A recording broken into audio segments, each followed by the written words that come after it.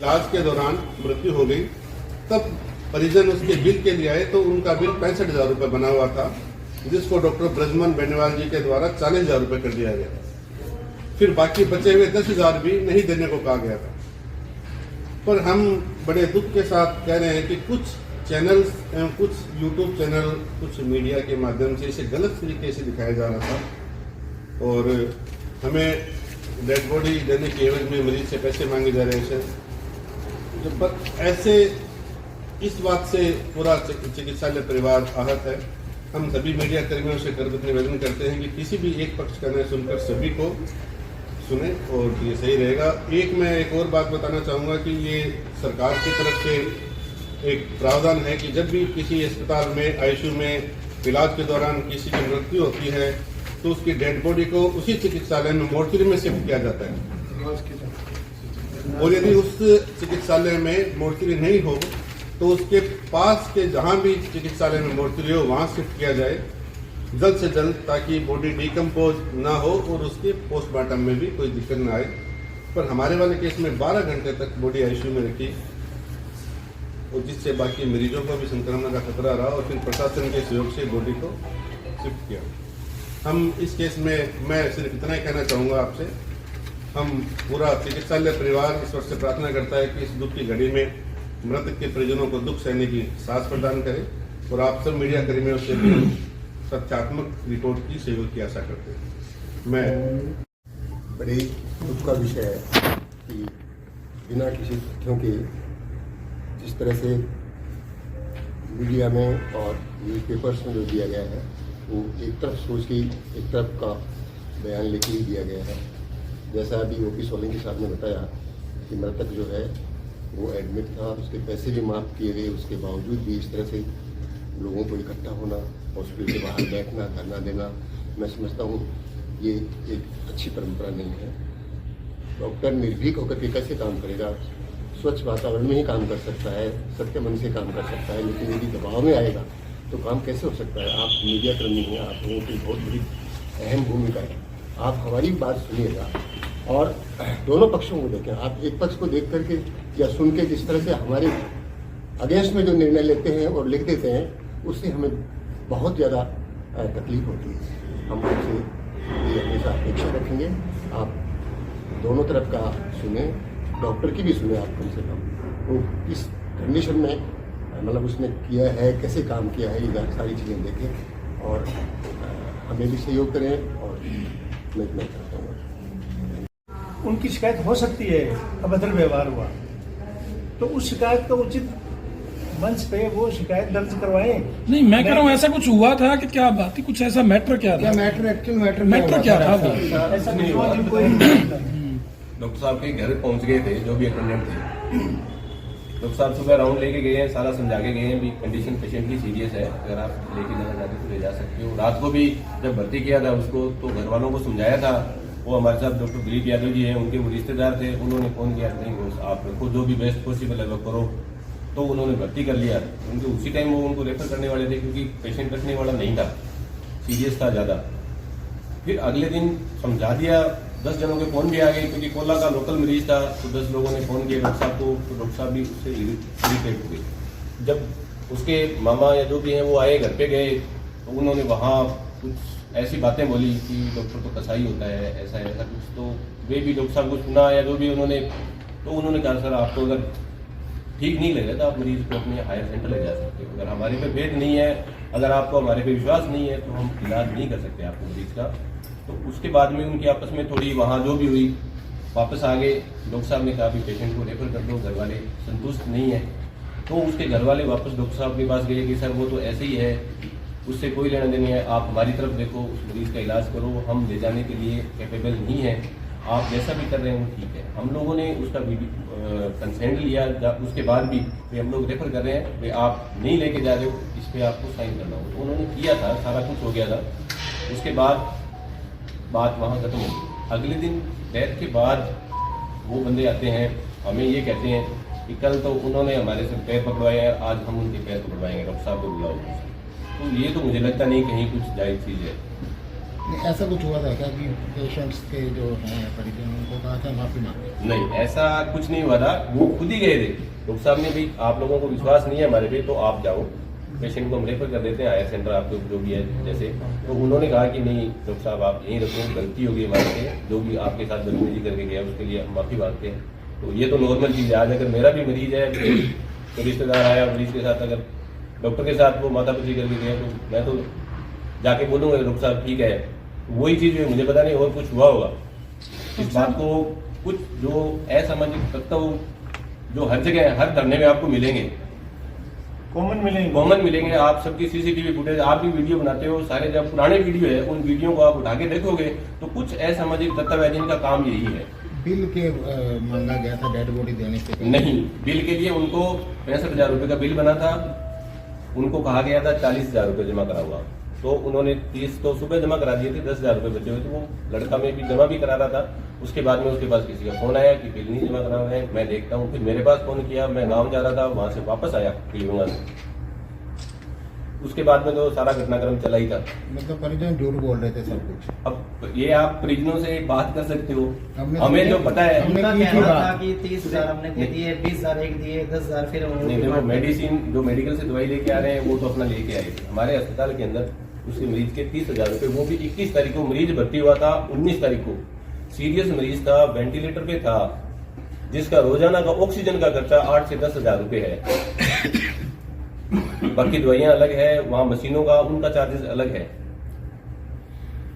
Doctor साहब आप कह रहे थे कि हमसे बात करो, ऐसा कुछ हो जाए तो हमसे बात करो, हमसे पूछो, हमसे करो।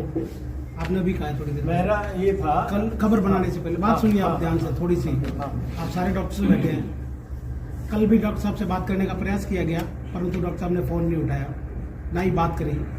हम लोग जब यहाँ आए, रिपोर्टिंग करने आए थे, उस समय भी हमसे किसी ने बात नहीं करी। फिर हम क्या चलाए और किससे बात करें? आज आपने हमें हमें- बुलाया, आज आपने हमें बुलाया, हम आए ना सारे। हमें इस चीज का पता नहीं था। नहीं, क्यों नहीं पता था? नीचे साहब नेटवर्क ऐसे नहीं- मत करिए आप। नीचे नेटवर्क नहीं आता है, फोन आया था सर, मेरे से कोई मिला है, फेस बाई फेस मिला है तो मेरे को बताओ कौन मिला था मेरे से। फोन मैं तो आपके- यही था। मैं रात के 6:30 बजे गांव से आ गया था, उसके बाद में रात के 4 साढ़े 4 बजे तक यही था। नहीं देखो कोई भी आया, दिन में भी यही था, सुबह भी यही थे।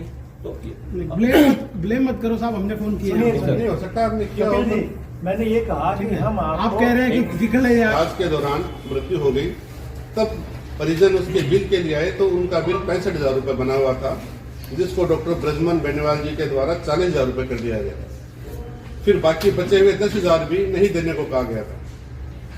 पर हम बड़े दुख के साथ कह रहे हैं कि कुछ चैनल्स एवं कुछ यूट्यूब चैनल, कुछ मीडिया के माध्यम से इसे गलत तरीके से दिखाया जा रहा था और हमें डेड बॉडी देने के एवज में मरीज से पैसे मांगे जा रहे हैं। पर ऐसे इस बात से पूरा चिकित्सालय परिवार आहत है। हम सभी मीडिया कर्मियों से करबद्ध निवेदन करते हैं कि किसी भी एक पक्ष का न सुनकर सभी को सुने और ये सही रहेगा। मैं एक और बात बताना चाहूँगा कि ये सरकार की तरफ से एक प्रावधान है कि जब भी किसी अस्पताल में आईसीयू में इलाज के दौरान किसी की मृत्यु होती है तो उसकी डेड बॉडी को उसी चिकित्सालय में मोर्चरी में शिफ्ट किया जाता है। और यदि उस चिकित्सालय में मोर्चरी नहीं हो तो उसके पास के जहां भी चिकित्सालय में मोर्चरी हो वहां शिफ्ट किया जाए जल्द से जल्द, ताकि बॉडी डिकम्पोज ना हो और उसके पोस्टमार्टम में भी कोई दिक्कत ना आए। पर हमारे वाले केस में 12 घंटे तक बॉडी आईसीयू में रखी और जिससे बाकी मरीजों को भी संक्रमण का खतरा रहा और फिर प्रशासन के सहयोग से बॉडी को शिफ्ट किया। हम इस केस में मैं सिर्फ इतना ही कहना चाहूँगा आपसे, हम पूरा चिकित्सालय परिवार ईश्वर से प्रार्थना करता है कि इस दुख की घड़ी में मृतक के परिजनों को दुख सहने की साहस प्रदान करें और आप सब मीडिया कर्मियों से भी तथ्यात्मक रिपोर्ट की सहयोग की आशा करते हैं। मैं बड़े दुख का विषय है कि बिना किसी तथ्यों के जिस तरह से मीडिया में और न्यूज़पेपर्स में जो दिया गया है वो एक तरफ सोच के एक तरफ का बयान लेके ही दिया गया है। जैसा अभी ओपी सोलंकी साहब ने बताया कि मृतक जो है वो एडमिट था, उसके पैसे भी माफ़ किए गए, उसके बावजूद भी इस तरह से लोगों को इकट्ठा होना, हॉस्पिटल के बाहर बैठना, धरना देना, मैं समझता हूँ ये एक अच्छी परंपरा नहीं है। डॉक्टर निर्भीक होकर के कैसे काम करेगा? स्वच्छ वातावरण में ही काम कर सकता है, सत्य मन से काम कर सकता है। लेकिन यदि दबाव में आएगा तो काम कैसे हो सकता है? आप मीडिया कर्मी हैं, आप लोगों की बहुत बड़ी अहम भूमिका है। आप हमारी बात सुनिएगा और दोनों पक्षों को देखें। आप एक पक्ष को देख करके या सुन के जिस तरह से हमारे अगेंस्ट में जो निर्णय लेते हैं और लिख देते हैं, उससे हमें बहुत ज़्यादा तकलीफ होती है। हम आपसे ये हमेशा अपेक्षा रखेंगे, आप दोनों तरफ का सुने, डॉक्टर की भी सुने आप कम से कम। वो इस कंडीशन में मतलब उसने किया है, कैसे काम किया है, ये सारी चीज़ें देखें और हमें भी सहयोग करें। और मैं इतना करता हूँ। मीडिया कर्मी सब समझदार हैं, उनको सबको पता है कि क्या लिखना चाहिए क्या नहीं लिखना चाहिए। हम आपको प्रमोट नहीं करते। आप लोकतंत्र के चौथे स्तंभ हैं। जो निष्पक्ष आपकी जो आप रिपोर्ट करेंगे प्रिंट में या इलेक्ट्रॉनिक में, उसमें आपकी छवि, हमारी छवि और सही बात लोगों के सामने आएगी। इसमें मैं ज़्यादा नहीं बोलना चाहूँगा। 22 दिसंबर को मैंने स्टेट प्रेसिडेंट का चार्ज लिया। उसके बाद में मेरी 5 या 6 बार जयपुर मीटिंग हुई है, चीफ सेक्रेटरी से, ACS होम से, प्रिंसिपल हेल्थ सेक्रेटरी से, सेक्रेटरी फाइनेंस, सेक्रेटरी बजट। विभिन्न मुद्दों पे बात हुई। उसके साथ ये हुआ कि ये जो 2008 का जो कानून है, चिकित्सा हिंसा निवारण, जो हेल्थ प्रोफेशनल और हेल्थ फैसिलिटी, उस पर जो हिंसा है, तोड़ फोड़ है, उसके खिलाफ जो कानून बना हुआ है उसकी पालना सुनिश्चित की जाए। और जो SOP बनी, अर्चना शर्मा के दुखद आत्महत्या प्रकरण में जो SOP बनी हुई थी, हमारी बात हो गई है इसी महीने में या अगले महीने में वो गजट नोटिफिकेशन होगा और वो एक कानून बन जाएगा। उस SOP की पालना करना बाध्य होगा। अफसोस की बात तो यहाँ पे ये है कि हमारी जिला कलेक्टर से बात नहीं हुई। रात को 9 साढ़े 9 बजे हमने उनको मैसेज किया, लेकिन प्रशासन को सूचना तुरंत दे दी गई थी, पुलिस को सूचना तुरंत दे दी गई थी। SDM और CO, मेरी खुद की बात हुई दोनों से, वो अवेयर नहीं थे कि क्या कानून है, SOP क्या बनी हुई है। मोताना के लिए जो शव का सम्मान जो अभी कानून लागू है, जो गहलोत सरकार में कानून लागू है, तो वो कानून लागू है। उसके बावजूद भी उन्होंने हमें कहा कि हम डेड बॉडी को शिफ्ट नहीं कर सकते। तो ये सब उनको कहा गया कि डेड बॉडी को शिफ्ट नहीं करोगे तो हमारे 5 मरीज हो रहे हैं ICU में, और वो तो डिकम्पोजिशन होने शुरू हो जाएगा। 3 बजे के बाद में, रात को 3 बजे बॉडी उठी है। भगवान की कृपा रही, हमारी सुविधा हॉस्पिटल ऐसी रही कि वहाँ पे किसी को इन्फेक्शन नहीं हुआ। हमें रात को 3 बजे कलेक्टर कांदाराम जी के घर जाके उनको जगा के ये बात कहनी पड़ी कि ये हो रहा है और ये उठवाइए। तो उसके बाद में डेड बॉडी को यहाँ से शिफ्ट किया गया। ये बहुत ही दुखद है हमारे लिए। और हमारी तो बहुत सारी और भी समस्याएं हैं जिनके लिए हम बात कर रहे हैं, सरकार से बात कर रहे हैं। आप लोगों का पॉजिटिव हमें वो चाहिए कि इनकी दिक्कतें क्या आ रही है, जिस पे जो पैकेजेस जिस पे बात हो रही है, हम किस तरह से काम कर रहे हैं। तो उसके दूसरे कई तरीके हो सकते हैं कि आप इतने कम में क्यों काम कर रहे हो, लेकिन ये राज्य सरकार की मंशा है। राज्य सरकार के पास इतनी सुविधाएं नहीं है, राज्य सरकार के पास इतने हॉस्पिटल नहीं है कि वो सारी जनता को सुविधा दे सके। इसलिए राज्य सरकार ने हम लोगों को एम्पैनल किया है, प्राइवेट हॉस्पिटल्स को, छोटे हॉस्पिटल को खास तौर पे, कि उनको हम सुविधा दें। तो हम एक तरह से सरकारी हॉस्पिटल ही हैं। हम सुविधा कोई जो कर रहे हैं तो हमें पूरा उनका सहयोग मिलना चाहिए। तो मेरा आपको कहने का मतलब ये है कि आप जो है ना, हमसे बात करें, यहाँ थे ब्रिजमोहन जी से बात, या जो भी हमारे IMA के पदाधिकारी हैं उनसे तुरंत बात करें। और मेरा एक और ये है, मैं आपके माध्यम से प्रशासन को कहना चाहता हूँ कि आपको कहीं भी लगता है कि यहाँ गलत हुआ है या मरीज के रिश्तेदारों को लगता है गलत हुआ, तो कानूनी प्रक्रिया है। हम ही शिकायत करता है और हम ही वकील हैं और हम ही जज हैं और हम ही डिमांड कर रहे हैं। ये लोकतंत्र में ऐसा नहीं होता है।